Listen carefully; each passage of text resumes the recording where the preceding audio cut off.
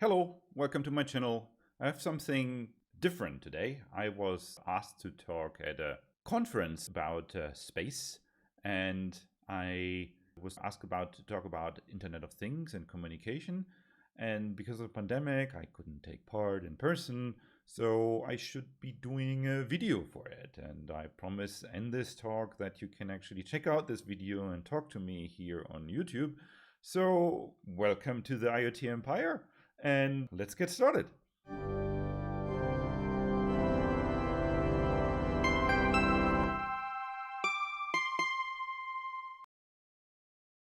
Hello and welcome to this little segment in the conference workshop.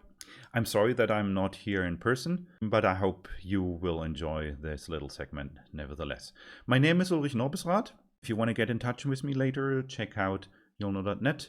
I will talk here today about accessible Internet of Things for aerospace makers, and especially the communication aspect of Internet of Things. So I think this is very relevant for education, how we can bring easy communication solutions for space projects into the hand of students and educators. And I will kind of talk a little bit about my experience here about this, and hopefully can give you some ideas to do your own projects. Very quickly about me, I consider myself a maker, inventor, and I'm acting as a YouTuber, so check me out there. But since the beginning of the month, I'm also an acting software engineering professor at the University of Tartu in Estonia. My focus of the last years living here in Brazil, Brasilia, has been a lot on IoT and kind of bringing my framework IoT Empower forward. So also something you should probably check out if you work with IoT projects. So you might wonder, why am I talking at a space conference here and a conference about satellites? And this has to do that I ran in my time here in Brazil into a nice groups of students who you see in the rest of this workshops in the IDEA group. And we were both at the NASA Space Apps Challenge as acting as mentors and kind of exchange ideas. And that led to this collaboration here. And because of IoT, of course, because I do a lot of stuff with IoT, and communication is a big part of IoT. So that's why difficult communication is pretty interesting for me. It's also about data and systems, and the systems aspect is important here too, as well as the data aspects and kind of sending interesting data from space to Earth and from Earth to space and around on Earth. Unfortunately, I'm not here in person, but I will do this mini exercise for you still. Let's think together what type of technical ways of communication you already know. Yeah, so what have you used for doing communication in your technical projects? And what of them could actually be used in space projects? So think a moment with me and see what you can come up with, and then we will talk about it. Maybe most of you have thought about sound in terms of communication, just because we are talking here together, even if it's kind of one directional here at the moment. But usually we would talk with each other. But maybe most of you have thought about communication over the wire. Yeah, so use some wires to send data around. Or some of you might have actually thought about Wi-Fi and wireless communication. Not so sure how many of you have thought about communication via light. But maybe some of you have and thought, oh, I have this remote control and this uses infrared. So I think let's kind of dive into these different ones together, shall we? So in terms of wires, especially if you work with Arduinos and Raspberry Pis and maker projects, we usually have 4-wire, 2-wire, and 1-wire devices. So one of the most common 4-wire communication device you probably know is Ethernet, like this stuff with this cables here and these connectors. Yeah, you can actually get very cheap kind of $2 adapters for your Arduino to mount an Ethernet port via actually SPI to your little microcontroller board, and then you can use that to communicate very quickly. Problem is, these connectors are kind of bulky, aren't they? But of course you could just wire the relevant 2 pairs directly. So, but you say, Ethernet, that looks more like more wires. Yeah, and these are 8 wires. Yeah, the cable has actually 4 twisted pair cables, And but it's only using for the data, actual data, 2 of these pairs. So you can use phone on the others, or often there's power over Ethernet on this. So it's actually a 4-wire technology. And I mentioned already that this is an SPI device, and you might have had other devices. So another example for an SPI device is this here. And you see it has several connectors there, and there says something with the clock and some other input and output connectors. So this is actually an NFC chip, and this you wire via SPI. So displays are connected via SPI, and some other things that need fast communication. So SPI is a pretty fast wired protocol. It usually has shorter distances than you see in Ethernet, but you also don't need the twisted pairs and kind of weird cables. Then lots of you might have worked with 2 wires, and the most famous one is probably RS-232. So you might have used an Arduino like this, and you can either program it via the built-in stuff. Let's find the other Arduino. Or you can actually wire up a serial adapter, which communicates via USB on the other side, and then program it directly from there.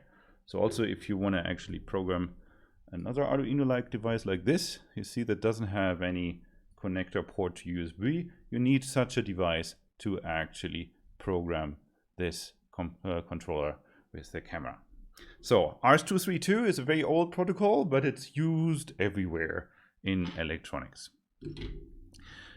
Then kind of the successor of RS-232 is kind of RS-485. You find that a lot in industrial systems like solar panel monitoring. You might find it in cars. So that's kind of an industrial protocol, which is a successor. And there's simple adapters you can actually use.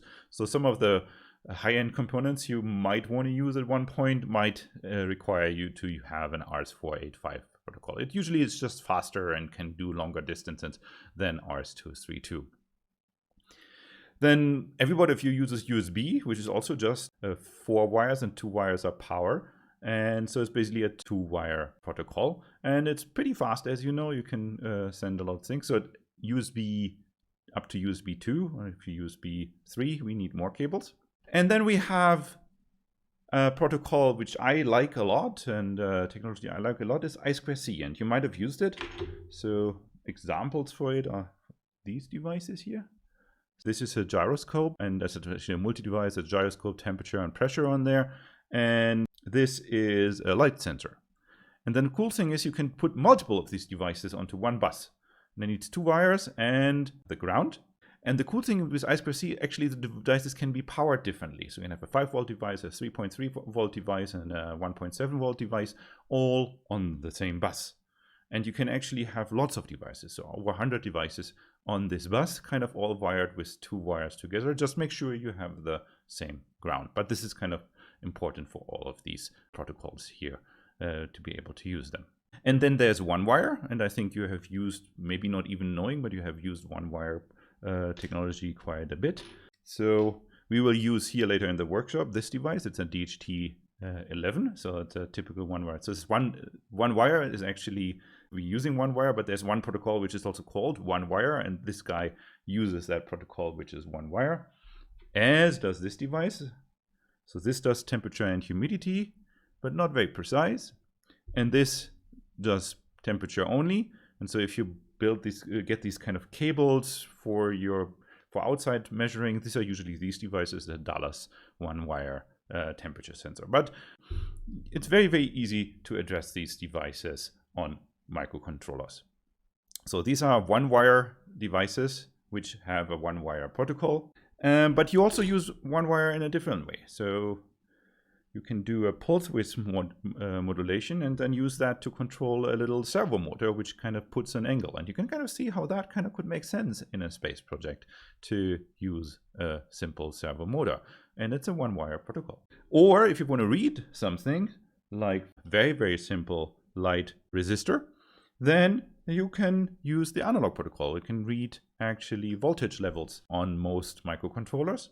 And then it's also just 1-wire you use actually for this, to read a voltage level against a common ground. So analog readings kind of are part of this too, and you might have to use that quite a bit. And then you can build your own stuff and use kind of some bit banging protocol with some cables, and you can already see that has something even to do with the light area. So you can actually wire things together and then do some kind of levels and rhythm just on one wire and communicate that way even on one wire. And basically do the same things you did with I2C, also with only one wire. It's just not as fast. But depending on your application, that might be, if you want to reduce cables, might be truly an option. We briefly talked about sound. Of course, we humans usually like to communicate via sound or with recordings like what I do here now, depending on how interactive and multidirectional this needs to be. But of course, it's not as fast, and kind of doing digital stuff is of course possible. Morse comes to mind, encoding letters in dots and longer bars. And Morse can be used also for different media like light or voltage levels or so. But of course, there are not so many protocols out there where we use sound. What some of you might have thought is actually using light for communication. And of course, there's the way of doing infrared communication. So here I have an infrared emitter, and this is an infrared receiver. And I can actually emulate any type of remote with these infrared remote with these two devices, but I can also send just data over it. And with the bit banging protocol, I can even use two LEDs. Because LEDs can also receive signals, light signals. They change their voltage level depending if there is a lot of light or not. And you can also do the same type of communication as with these two, just with these using them as receivers and senders. That's very interesting. And if you want to go over higher distances, you can use a laser and light resistor. And then if you target that directly, you can use that also to encode a digital signal and send it. But what most people kind of have probably been thinking about is wireless communication or radio wave communication. And maybe most of you are familiar with using Wi-Fi, and Wi-Fi runs on the 2.4 gigahertz band, or in later times also on the 5 gigahertz band. But on the same 2.4 gigahertz band, we also see Bluetooth and Zigbee. So yeah, it's kind of crowded because lots of people can use it, but this is also the cool thing because everybody is allowed to use the 2.4 gigahertz band. For a lot of other bands you're not allowed to use, you need licenses. There are some free bands you can use if you have a ham radio license, and that's easier to build your own projects. And you might know already, if you look at Wi-Fi, if you compare 2.4 and 5 gigahertz, that there is a difference. So 2.4 gigahertz actually sends further. So you can cover a bigger area than with 5 gigahertz. That has advantages and disadvantages. The advantage is, of course, you can cover more, but you also have more collisions with others. And if you now think about a satellite listening to something coming from Earth, it might be easily listened to an area of hundreds of square kilometers. So you have to take this into account. However, it's also not as easy to send Wi-Fi that far. But there are options to actually do that. So depending on your antennas, depending on the energy, but you have to be careful. If the energy level gets too high, you're not allowed to send it anymore. So you have to study a little bit to see how you can do it. But you can send Wi-Fi also very far. I myself have built a 5-kilometer Wi-Fi bridge with a directed antenna. If you have line of sight, that is pretty easy. So you can easily build something on the ground when there's not many buildings, if you have line of sight, and cover hundreds of square kilometers just with a couple of Wi-Fi stations. And Wi-Fi is cheap in comparison to a lot of the other solutions. You can get here an ESP8266, just a chip in here you can get for something like 70 cents now. And it comes with built-in Wi-Fi. The antenna is on this chip in there. So you might be able to use a little bit more power, but in total, Wi-Fi might be a very cheap solution. Or you can build your own based on ham radio, or something recently coming up, which is very popular, is LoRa, which stands for long range and low power. So LoRa is basically free all over the world to receive on the 433 megahertz band. You need a ham license to actually send on there. It's free in the Americas on the 910 megahertz also to send, and free in Europe and some other parts of the world on the 868 megahertz. But you hear kind of semi-free and regulation and licenses. Yeah, and that's kind of the problem with wireless. You can actually get into a lot of trouble if you use wireless incorrectly.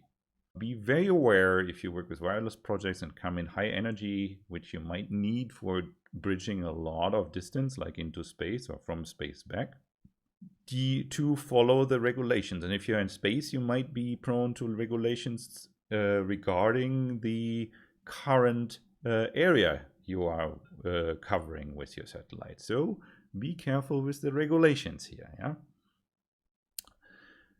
So LoRa is a great thing for sending very far, and I can show you here a LoRa device. Actually, let's show my first LoRa device was this here.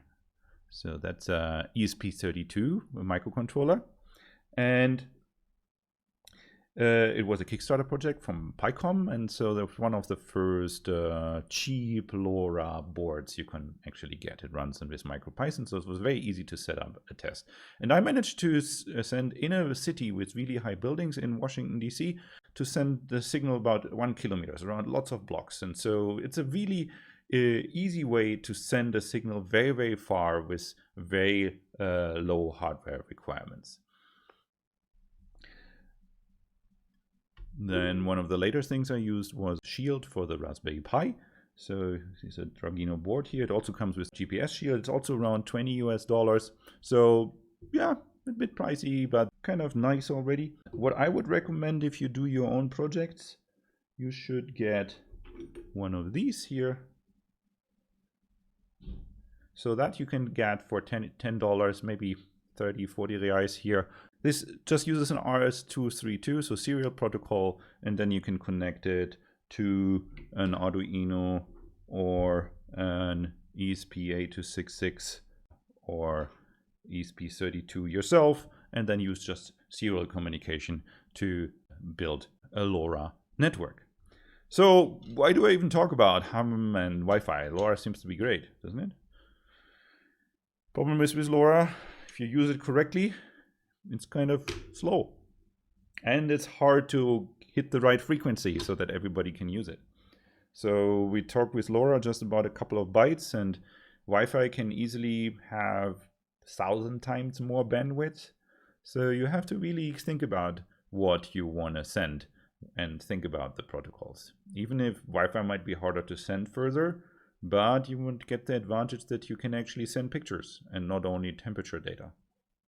But LoRa is popular and is used in building satellites, and even was just used in building a pocket cube, and which is what we are talking here about. And this has been launched in low Earth orbit, and the idea was, so it's a project by Julian Fernandez, a 16-year-old student. So yeah, everybody can actually take part now. So the hardware is actually available to build something like this. And as this whole workshop is about encouraging people to prepare building their own space project and come up with their own idea and do experiments, this is a really cool reference project. So the idea here was to build a transceiver, something that kind of take messages from Earth and can then send it back to a station, and then you can have these available, which can enable great things for agriculture, for covering big areas where you don't easily can get internet.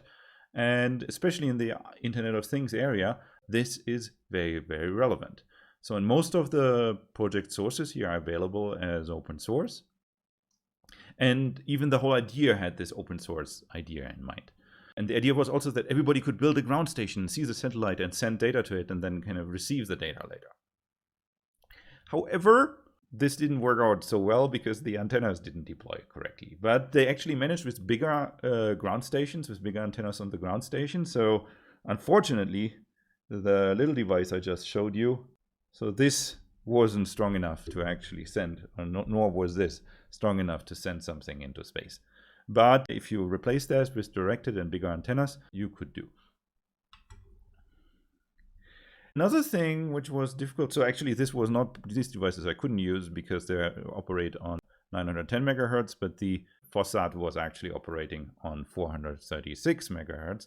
And as you know, you need amateur radio license for operating on this. So you need a friend, or you need to do the licensing yourself. So definitely check out the amateur radio things if you want to work in the education space and building your project for space. That might come in very handy.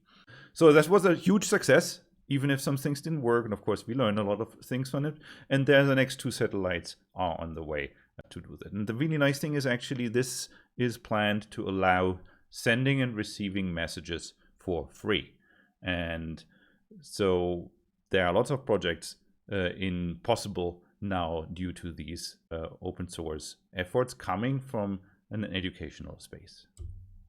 But there's also a commercial solution, and the commercial solution has proven that these devices like this can actually communicate with the satellite in space. It's in the test phase at the moment, so definitely check also out Lacuna. It's the same idea a little bit. It's a bigger satellite, so it's a CubeSat, so it's more expensive, and they need to make money. So the messages here are not free, so you pay actually per message. But it's definitely proof that LoRa is a possible solution for communication with space.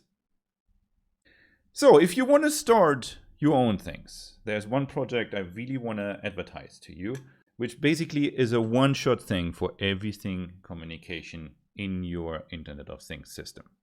And this is Pigeon. It's also coming from the educational space. There's a professor in Italy who built that. It's basically a very lightweight open source solution which gives you a very low level communication stack.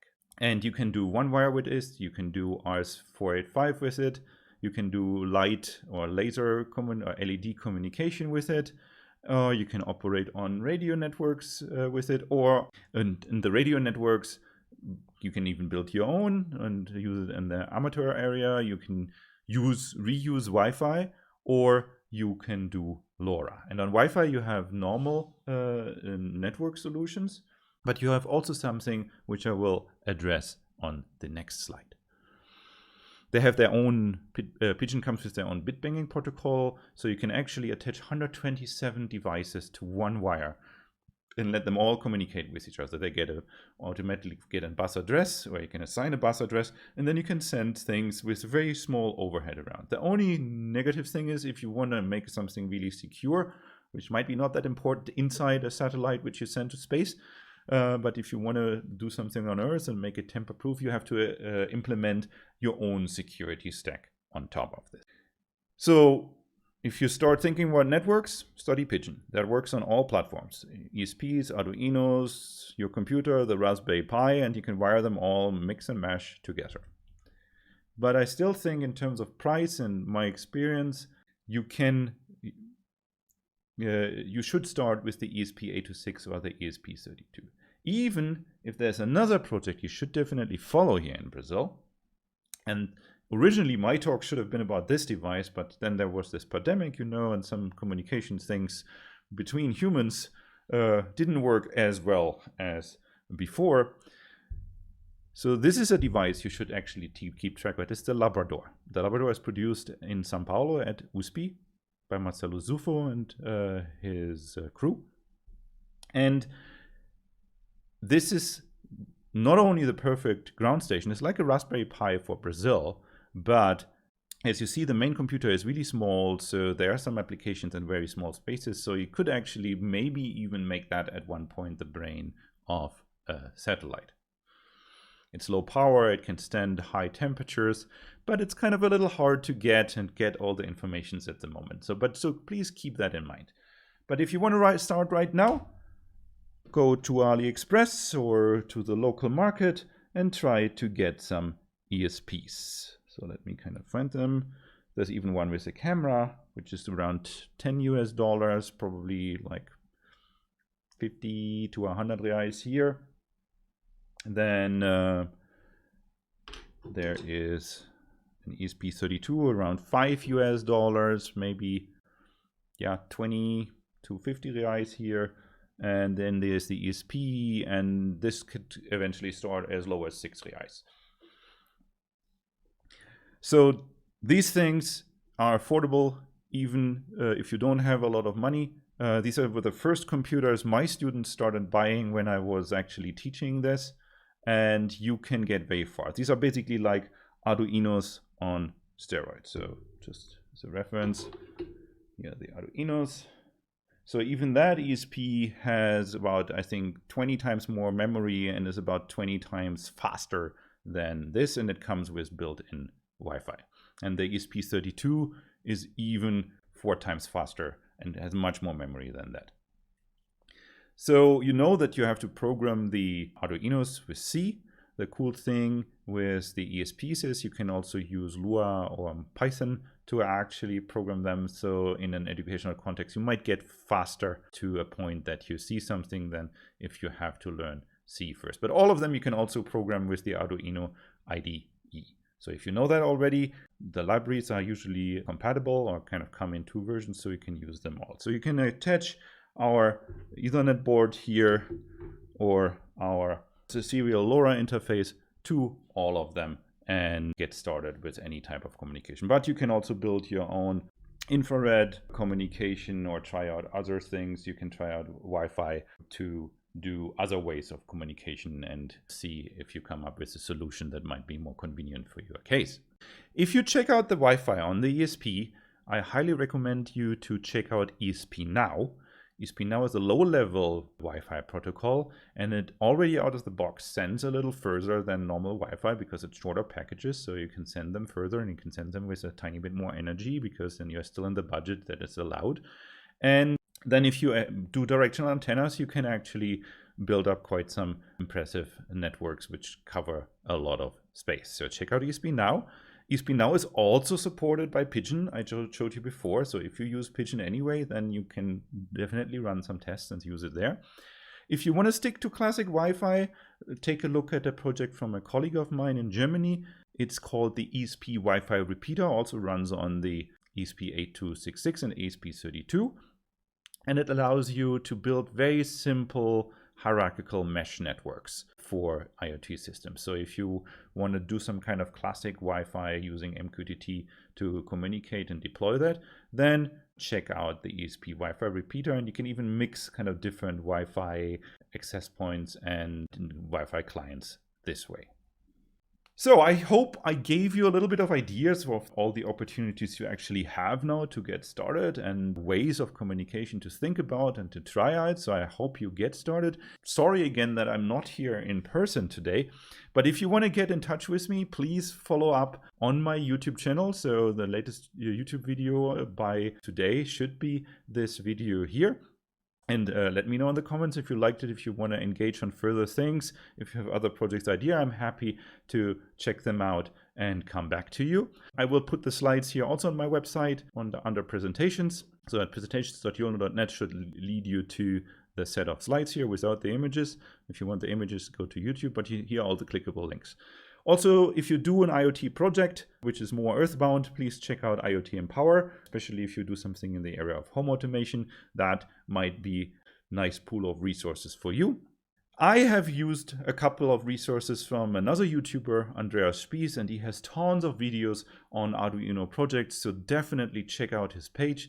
But also take especially a look here at the mentioned videos 112, 302, and 305. These are all about LoRa and also about this cool LoRa satellite I have presented before. Yeah, and if you look at the satellites, which you probably want to look at when you are here in this conference, then definitely check out the pocketsat page. They are launching the next 2 satellites very soon, and there are even more resources there to get you started to do something yourself. So definitely check that out. And of course, also check out the commercial side, the Lacuna project. They also have a lot of open source for the ground stations, and so can give you an idea how to build things that you can use to communicate with satellites. So it might be the solution for you. So I hope you enjoyed that, and now enjoy the real hardware and the real part of the workshop. I hope I will see some of you at one day in person. Stay safe and stay tuned, and I hope to see you soon. Bye-bye.